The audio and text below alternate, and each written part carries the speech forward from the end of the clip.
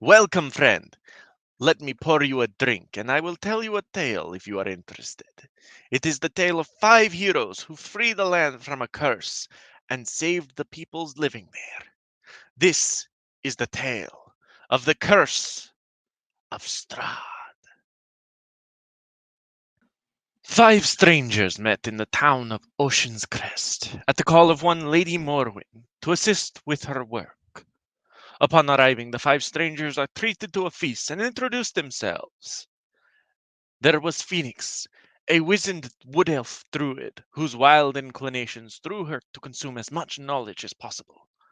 Lorella, a young gnome whose keen mind led her down the path of an alchemist, but her propensity for pranks brought no end of joy and confusion to her allies. Willow, a half elf and former slave, whose deal with a being known as the Spider for power had allowed her to escape her servitude. Bjorn, a young fighter, his happy and light demeanor belies his tragic past and the rage burning within him. A Cirque, a half orc, who served alongside Bjorn, and their shared tragedy has brought them closer. But it may also be the thing that drives them apart.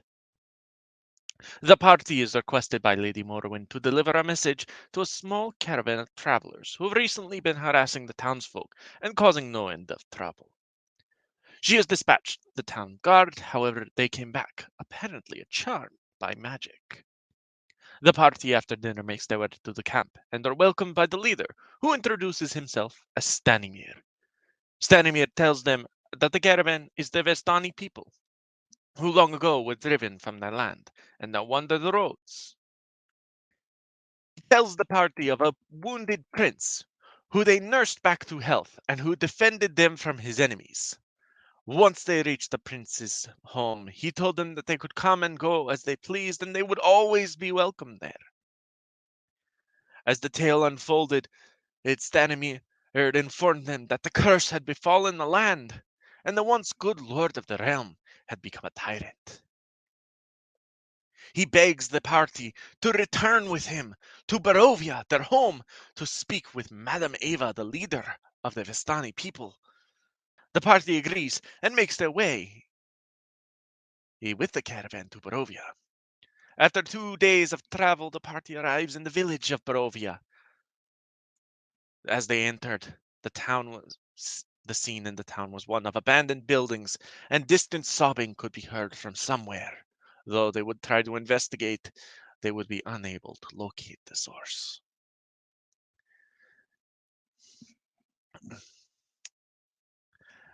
Entering the Blood on the Vine Tavern, Willow, oh, a bold in a bold move, approached Ismark the Lesser, learning of his goal to take his sister from this town and protect her from someone he calls the devil.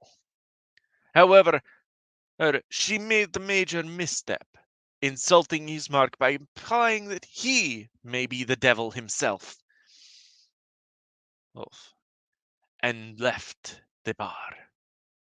After the night spent at the tavern, the party travels with the caravan to the Vastani camp to receive a reading from Madame Eva. Eva gives them warnings and advice on what they are to do in Barovia.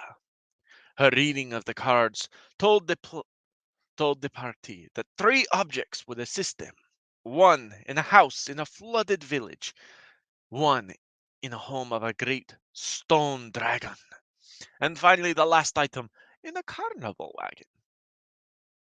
Eva mentions an ally in a young man who lives in House of Madness that is a prison. Learning that their enemy would be in his tomb, the party stays the night in the camp in order to avoid the dangers of the roads. The party hears a tale from Devastani of a wizard who took a large group of peasants to overthrow the devil Strahd, but failed and was swept away by the river. The sun rising on the party's 3rd day in Barovia, they set out to return to the nearby village. On the road, the party is assailed by a large pack of wolves. The battle long and difficult, and the Cirque nearly dying due to the injuries he sustained. Willow and Phoenix do not escape unscathed as well. Heavily wounded, they make their way back to the village, each attempting to get more information on what's going on.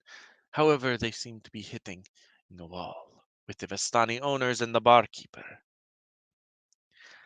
After exploring the town for some time on his own, Bjorn returns to the tavern and notices the bartender repeating his routine of cleaning glasses. In a fit of curiosity, he throws a rock at the bartender, causing him to shatter a glass, and the very angry Vistani bar owner to demand 10 gold in recompense, or lest he throw the party out of the tavern.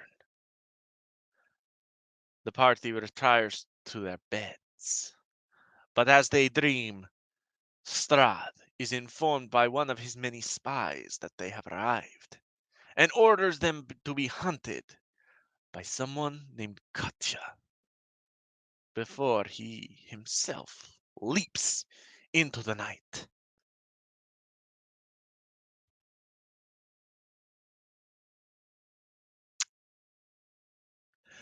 And that was the recap of the first session of Curse of Strahd. I hope you all enjoyed. Please do remember to like, comment, and subscribe to show your support. I'm trying to reach 100 subscribers, hopefully before the end of the month. And if not, I'm going for it in May. But either way, thank you all so much for watching. Have a wonderful day.